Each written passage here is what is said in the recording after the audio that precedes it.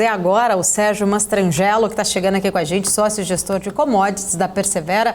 Sérgio, seja bem-vindo à BMC News, obrigada pela sua presença. Boa tarde. Boa tarde, Paulo, tudo bem?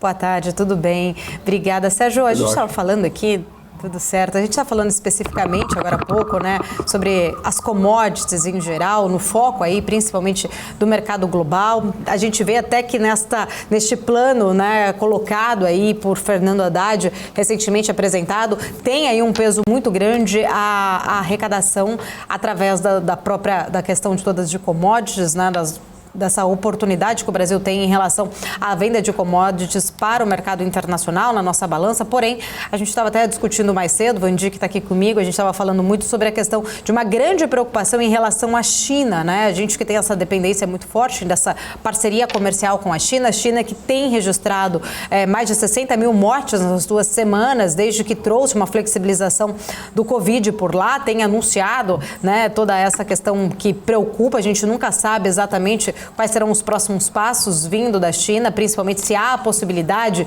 de ter aí um novo fechamento, colocar, né, o peso desse nosso arcabouço fiscal somente nas commodities pode ser um risco muito grande também, porque a gente depende de outros parceiros comerciais e parceiros no qual a gente está vendo aí numa situação muito delicada como a China agora. Eu queria entender vocês aí, como que vocês estão trabalhando especificamente com todo este cenário, né, você que é especialista em commodities, para a gente entender um pouco mais da sua visão em relação a toda essa questão e o peso, né, de uma preocupação, colocar aí nosso arcabouço fiscal só, né, nessa arrecadação. Eu queria entender um pouquinho mais da sua visão sobre isso. De fato, né, hoje o grande call, né, para esse ano é a reabertura da China, né? Brincadeira que a gente faz que a China tirou um ano off, né? O ano passado ela praticamente não agiu assim como a gente estava acostumado, né, da velha China. Primeiro vieram as questões relacionadas ao setor imobiliário, bastante intervenção, inclusive na área de tecnologia também, né? Até as eleições a gente viu um perfil mais intervencionista da China, e a questão também do tolerância zero, né? Tolerância zero foi algo que é difícil da gente pensar como analista aqui no Brasil, e entender uma política assim tão radical quanto foi o tolerância zero ao longo desse período, né? Isso acho que tem a ver mais com a visão chinesa sobre como lidar com esses assuntos, né? E agora aqui para o Brasil, de fato, acho que a gente está esperando que a China venha nos redimir, né? Redimir de todas essas ideias que estão sendo colocadas aí em relação à política econômica e principalmente a questão fiscal. De fato, assim, a China pode ser uma surpresa positiva, né? Se a gente olhar agora a virada do ano, algumas questões, por exemplo, como o setor imobiliário, você já está tendo uma queda de preço de imóveis na China, que mostra uma certa desalavancagem desse setor, que é positivo. Então, talvez a gente não veja mais medidas assim em relação ao setor, né? Houve também bastante estímulo feito em algumas áreas, mas foram estímulos feitos numa economia que estava fechada. A reabertura ela vai ter que vir, né? Assim, eu acho que ela não vai vir com um anúncio oficial, ela já começou, e eu acho que é um processo que a gente vai ver aí até março, um processo gradual de abertura, com queda de número de casos e tudo mais. E a gente olha bastante, assim, duas commodities. Quando eu olho China, eu gosto de olhar muito metais e grãos, né? De fato, quando a gente olha mercado de soja, mercado de cobre, eles estão, e farelo de soja, principalmente, aí no caso da China, eles estão mostrando uma tendência de uma retomada de novas compras, um pouco mais positivo. Nem tanto na parte de energia. Energia realmente já é um mercado que olha para outras questões também, tem questões e aí da Rússia, né? O geopolítico acaba interferindo um pouco mais nesse mercado. Bom, só para complementar aqui, a gente sabe que a China até recentemente gravei um nosso podcast aqui, um strike sobre commodities também, falamos bastante sobre isso, inclusive vai ao ar nos próximos dias, mas eu queria entender a sua visão, porque a gente sabe que a China ela faz as suas reservas, né, estruturais ali, emergenciais, na verdade, de várias commodities, né, inclusive é uma forma de segurar o preço e, né, tentar aí fazer um acordo comercial melhor para ela e ter a sua reserva reserva em caso de uma situação como o fechamento mesmo próprio em si da sua economia, como aconteceu durante o Covid. Recentemente a gente viu toda a questão do minério, né, também preocupar bastante quando a China sinalizou ali internamente de segurar e fazer o preço em relação a essa flutuação do minério. E a gente vê que o minério tem caído muito recentemente. Eu queria entender um pouco mais a sua visão, né, das consequências que isso pode trazer globalmente para nós que temos aí, né, uma grande exportação de minério para a China. De fato, assim, quando a gente olha estoques, principalmente metais, eles estão baixos, né? E isso tem sido até uma coisa que fez com que o mercado tentasse sempre se antecipar ao longo do ano passado, né? Sempre, daqui a pouco vai reabrir, o estoque está baixo, esse preço ele vai andar rápido. E não aconteceu, né? Assim, em vários, né? E petróleo também, a gente viu muito isso no segundo semestre, sempre essa expectativa de que não, agora vai, porque está apertado, vai ter que voltar. Eu acho assim, demanda, ela está reprimida, né? Tem algumas questões que eu acho que vão clarear a partir do segundo semestre, né? E aí existe um medo, né? Pós-Covid, a gente olhou muito commodities pelo lado da oferta.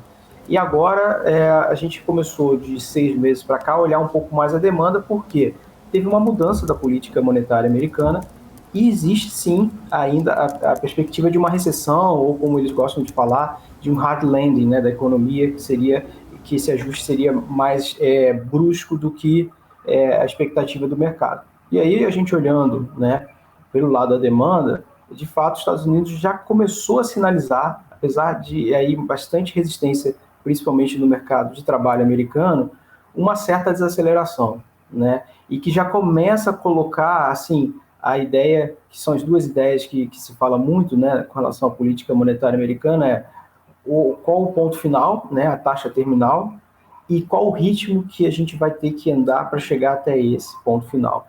Está começando a aparecer que um certo consenso sobre onde para e em que velocidade a gente chega nessa última taxa, nessa taxa terminal.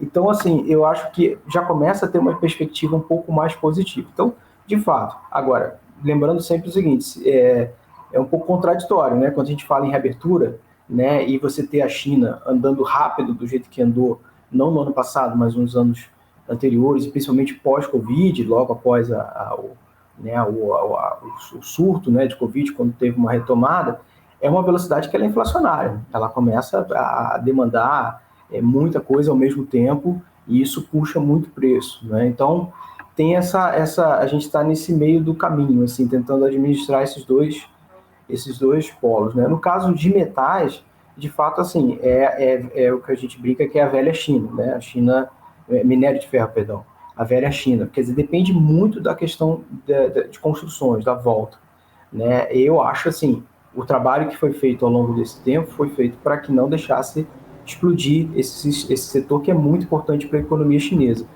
Com essa queda de preço mais recente de imóveis, a impressão que dá é que eles estão sendo bem-sucedidos nessa administração dessa bolha, né?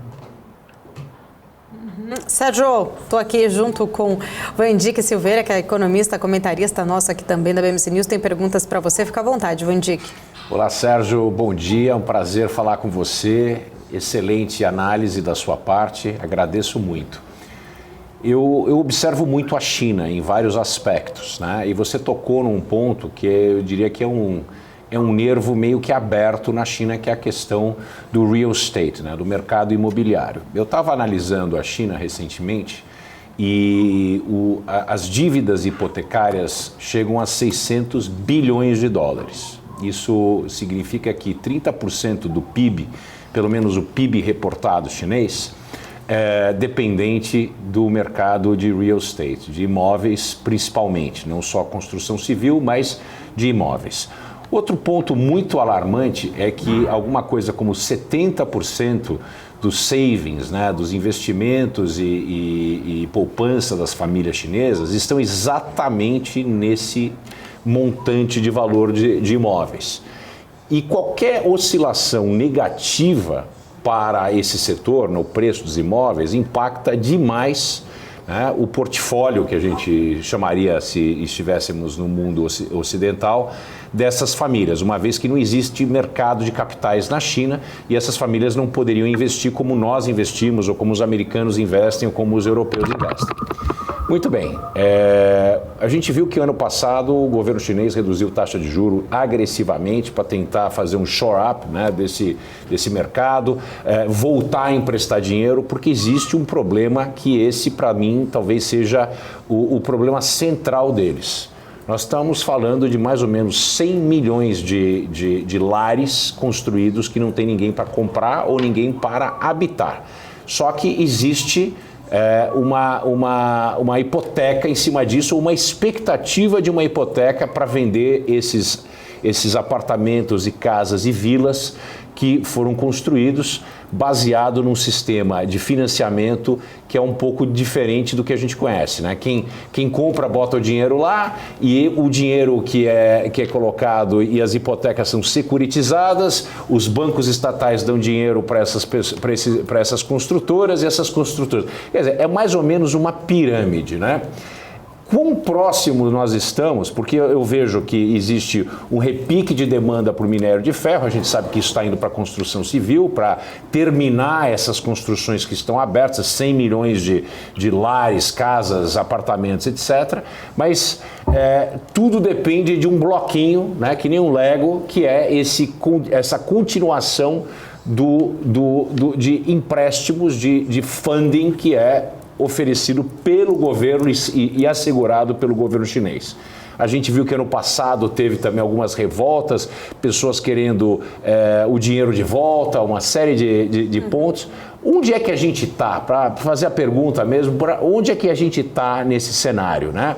Tem aumento, sim, mas esse aumento é um aumento para chinês ver ou para ocidental ver, ou existe de verdade uma demanda por habitações e que esse mercado, de fato, vai trazer uma pujança na demanda por minério de ferro. O Brasil, mais uma vez, é salvo, né, pelo gongo, né, a espada passa próximo, mas não chega no nosso pescoço. De fato. É verdade, assim, o chinês, né, ele faz, muito como aqui no Brasil, assim, um pouco, né, a poupança de tijolo, né, a gente ainda boa parte da nossa poupança é tijolo, e realmente foi uma garantia, né, que se tinha, né, você ter ativo real. A velocidade com que isso aconteceu, tem cidades, né, que eles chamam até de cidades fantasmas, cidades que, né, estão preparadas para receber pessoas para morarem lá e não vai ninguém. Isso é um grande problema. Eu assim, até com relação a minério, né, eu gosto muito de cobre, né, assim, eu estou até apostando um pouco na finalização de alguns projetos, né, no estágio mais final de algumas construções, de você demandar aquela parte mais fina, né, o minério de ferro, no caso o aço, ele entra na estrutura, no começo e de fato não está tendo muito, digamos assim, muito novos projetos começando, né, que seria a grande demanda por minério, né, e mais assim, terminar o que já começou, né, a entrega, até por uma questão de fluxo de caixa dessas grandes incorporadoras chinesas. Então, assim, eu acho que, de alguma forma, esses descasamentos, né, você que acompanha, né, a gente sabe que acontece, né, às vezes a carroça anda mais rápido que o cavalo, né, então você tem que fazer uma arrumação, né? Eu ainda vejo bastante a questão da urbanização na China, né? Eu acho que esse processo não terminou. Talvez o que aconteceu é que a turma andou na frente, né? Começou a botar ali cidades, né? Ou construções muito antes de ter a demanda, e aí entrou também a questão da especulação mesmo, natural, né? De alguns investidores que vão lá e compram mais imóveis do que tinha. A gente viu isso muito claro nos Estados Unidos antes de 2008, a questão de a pessoa ter 3, 4, 5 hipotecas, né?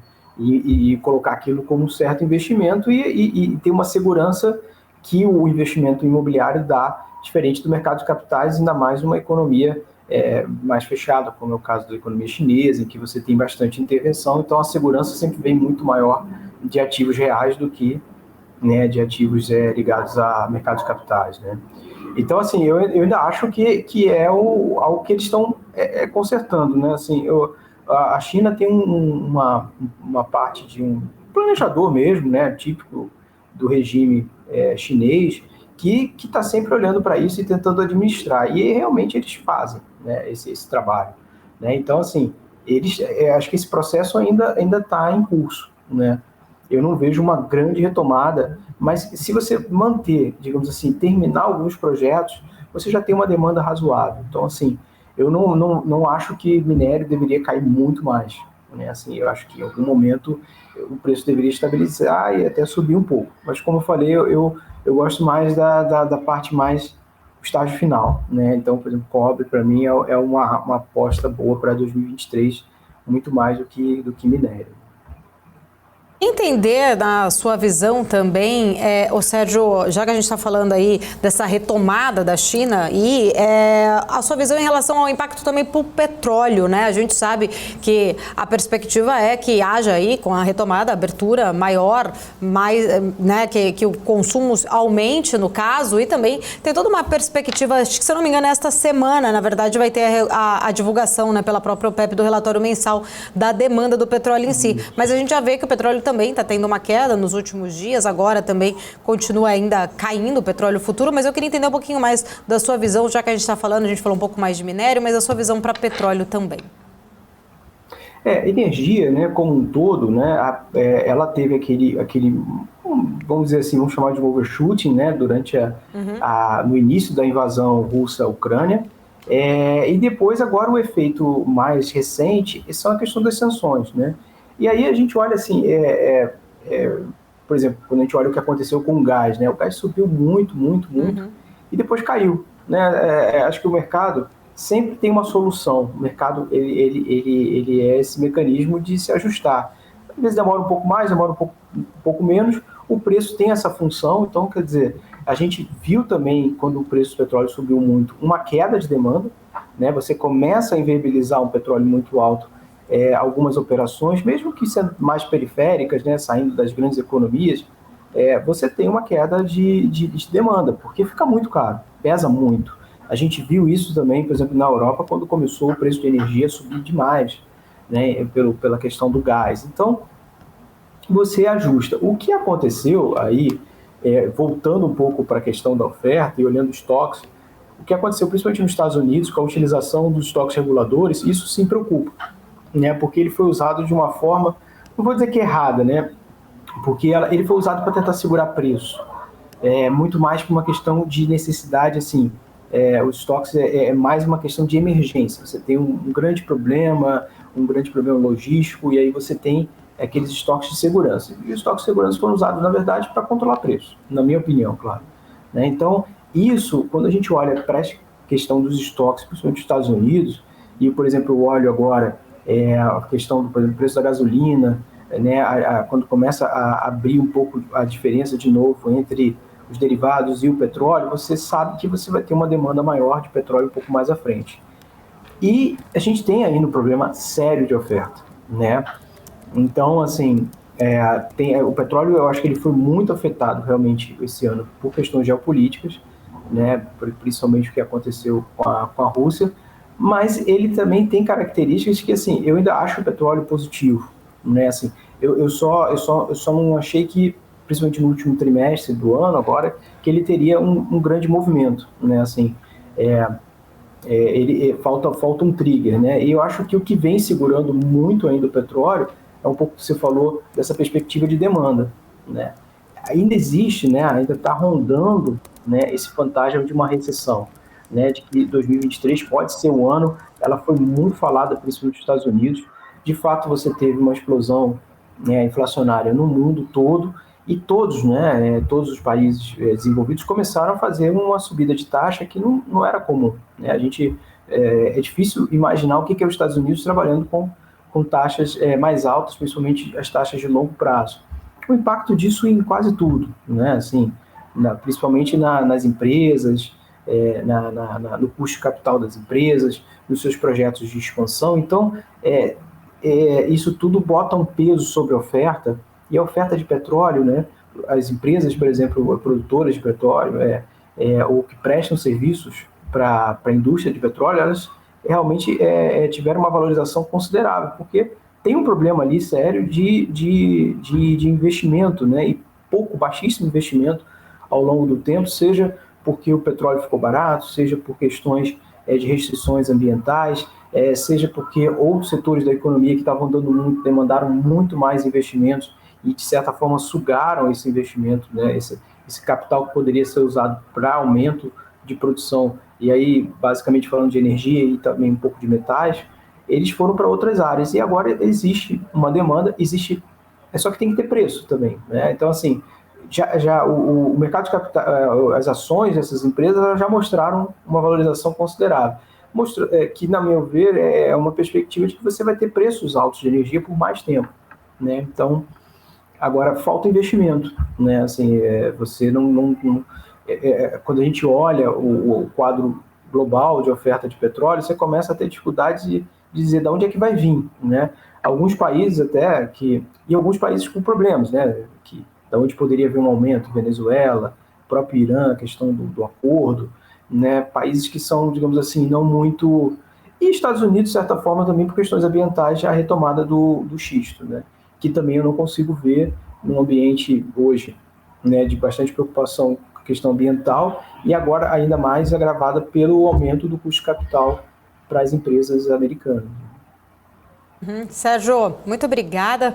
Ótimo, né? Acho que pontos importantes aí para os investidores que estão aqui nos acompanhando levarem em consideração aí na sua tomada de decisão. Quero agradecer. Fica aqui o convite para voltar em outras oportunidades. Tá ótimo, obrigado. Eu que agradeço.